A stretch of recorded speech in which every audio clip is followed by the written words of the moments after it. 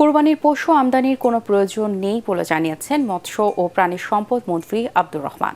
সচিবালয়ে এক সংবাদ সম্মেলনে তিনি জানান, আসছে কোরবানি ঈদে চাহিদার চেয়ে ৩০ লাখ পশু বেশি রয়েছে। ফজর রাব্বি রিপোর্ট। ভিশন এসে নিয়ে এলো মানিব্যাগ গ্যারান্টি অফার। 1 মাস ব্যবহার করে সন্তুষ্ট না হলে সম্পূর্ণ টাকা ফেরত। এপ্রিল প্রায় শেষ। জুন মাসের মাঝামাঝি মুসলমানদের অন্যতম বড় ধর্মীয় উৎসব ঈদুল আজহা। এরই মধ্যে ঈদকে সামনে রেখে শুরু হয়েছে নানা প্রস্তুতি। কুরবানির পশুর প্রাপ্যতা ও দাম নিয়েও অনেকের মধ্যে রয়েছে দুশ্চিন্তা।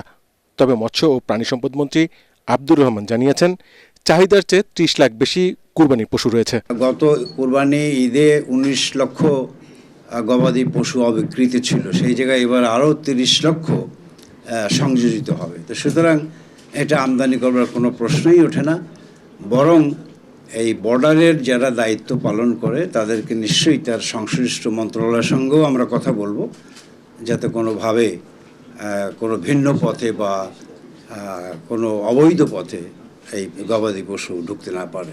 দাম নাগালের মধ্যে রাখতে কুরবানির পশু পরিবহনে চাঁদাবাজি যেন না হয়, সে বিষয়ে তদারকি করা হবে বলে জানান মন্ত্রী। পথে পথে ঘাটে ঘাটে চাঁদাবাজি এবং মধ্যস্বত্ব ভোগীদের দৌরাত্ম্য যাতে নিয়ন্ত্রণে রাখতে পারি, সে ব্যাপারে আমরা আন্তঃমন্ত্রণালয় বৈঠকে ঠিক করব। এবছর ১,২০ থেকে ৩০ লাখ পশু কোরবানি হতে পারে বলে জানান প্রাণী সম্পদ মন্ত্রী। ফজল রাব্বি, এটিএন বাংলা, ঢাকা।